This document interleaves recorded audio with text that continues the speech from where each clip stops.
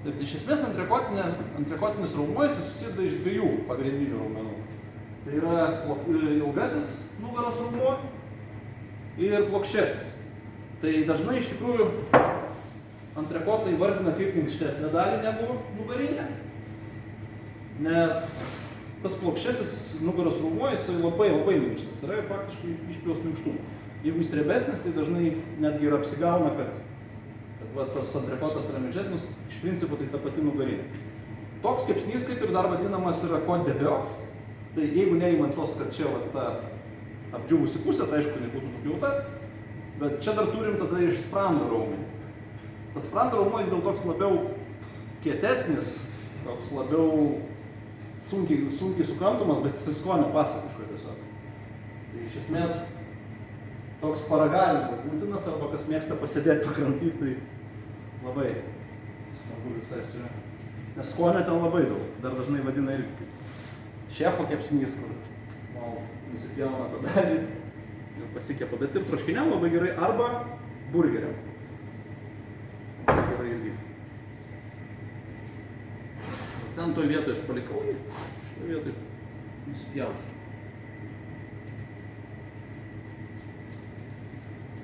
Nes tokių aš pasus to nemačiau. Mes jų retai pjaunam, nes iš tikrųjų nelabai. Tai dideli tokie labiau šventiniai. Prieš šventės tai būna pasiruošiam, kad būtų. Bet šventėm dažniausiai irgi tie, parodysiu kaip yra išpjaunamas rib roastas, prime rib roastas vadinamas. Dažniausiai tie einamiausi būna.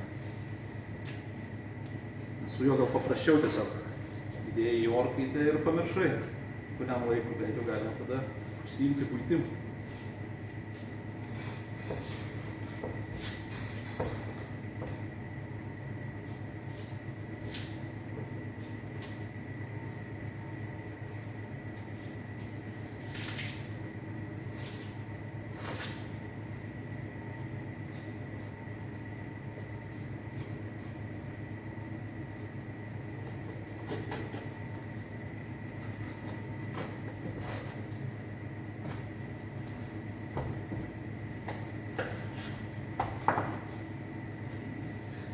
Aš turiu čia būti. Tokį riebalą irgi aš išmetu, šiaip daug kas pagailėjo, bet iš tikrųjų tas apdžiūvęs po sauso brandinimo riebalas dažnai būna vėlgi tokį kartoką poskonį turi. Ypač kur kuo labiau dehidratavęs, tai pakeičiu.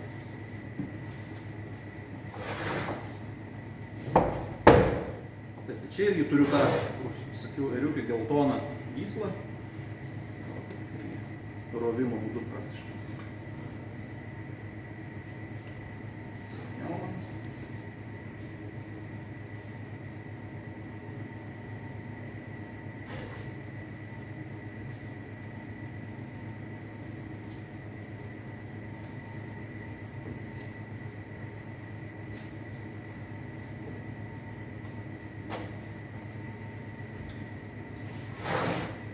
Čia šuniukų džiaugsmas dažniausiai iš riebalus susipjaustinti.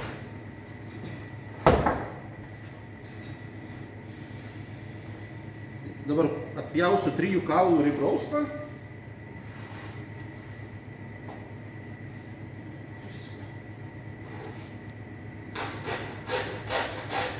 Ir paskui jį padalinsiu, nes Arnas pasiruošęs jums šiandien paragavimui kepti tomahawką, kuris vienas iš to rib roasto dalių praktiškai gaunasi.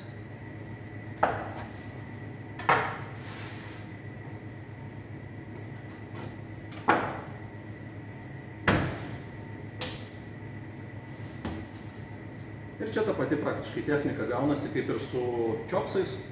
Tai šonkulis palei stuburą įpjaunamas.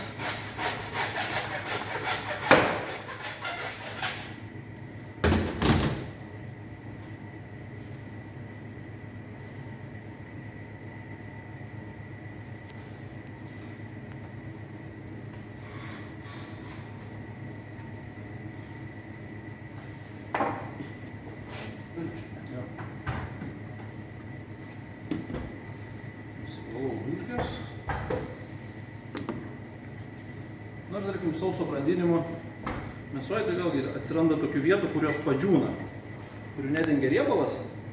Ten praktiškai tokie susidaro kaip apdžiūvimas visus. Tai jį irgi geriausia būtų nusipjaudinėti.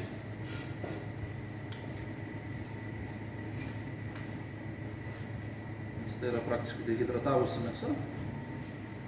Tai kepimo metu jinai sukepės, o dar būna ir sutraukia raumenį patį, tai vizualiai labai negražiai atrodo.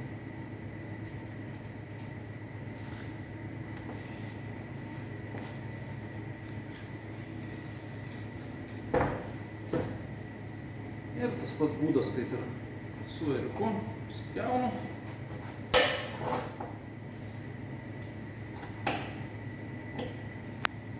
Gal galima to nedaryti, galima palikti, bet šitą mėsą paskui susideda ar į burgerius, ar į dešreles.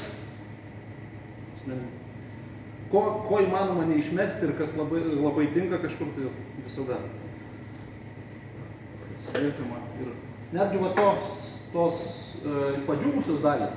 Šiaip pas mus, aišku, tokia praktika netaikoma, bet amerikiečiai, ypač tie, kas namuose darosi, tam brandinasi ir panašiai, tai iki 10% burgerio svorio, burgerio mėsos, tarkim, svorio, tai gali sudaryti va šitie va nudžiūvimai. Jie duoda tokios tekstūros įdomesnės. Malant, aišku, sumalant.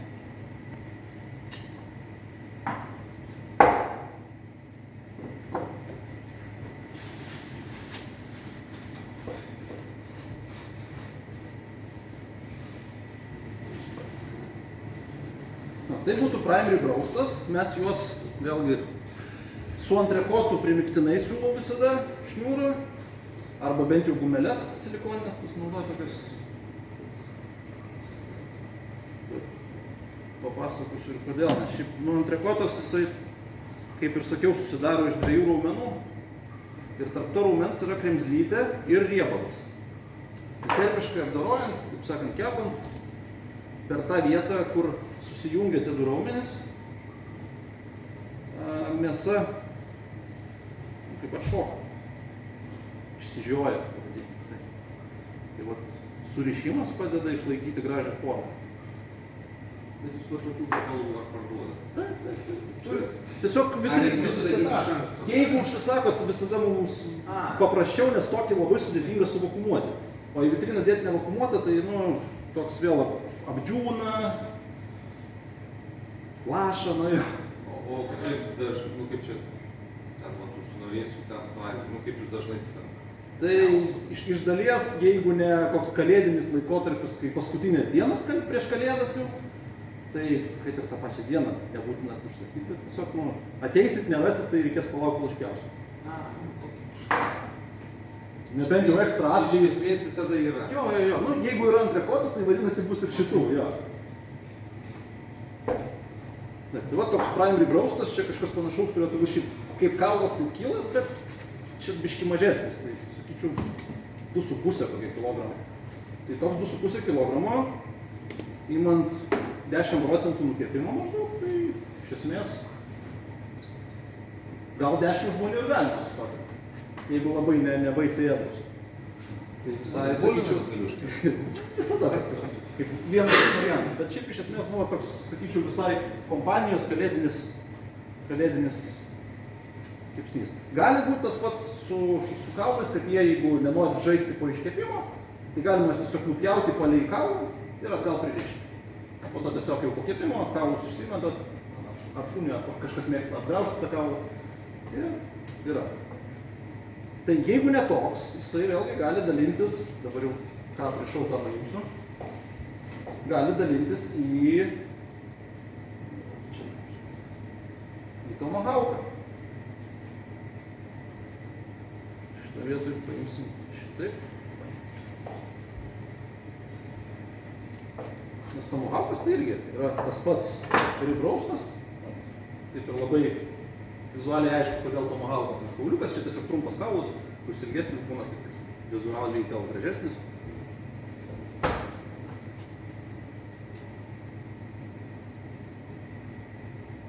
Iš pačio viduriuko. Toliau.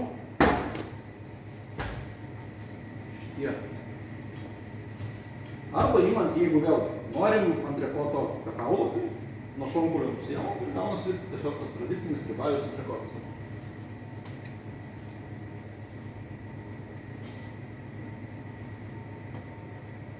Prišau.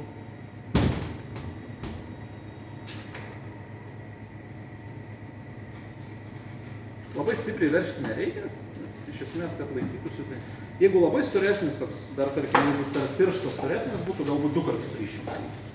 Jis išlaikytų gražesnę formą.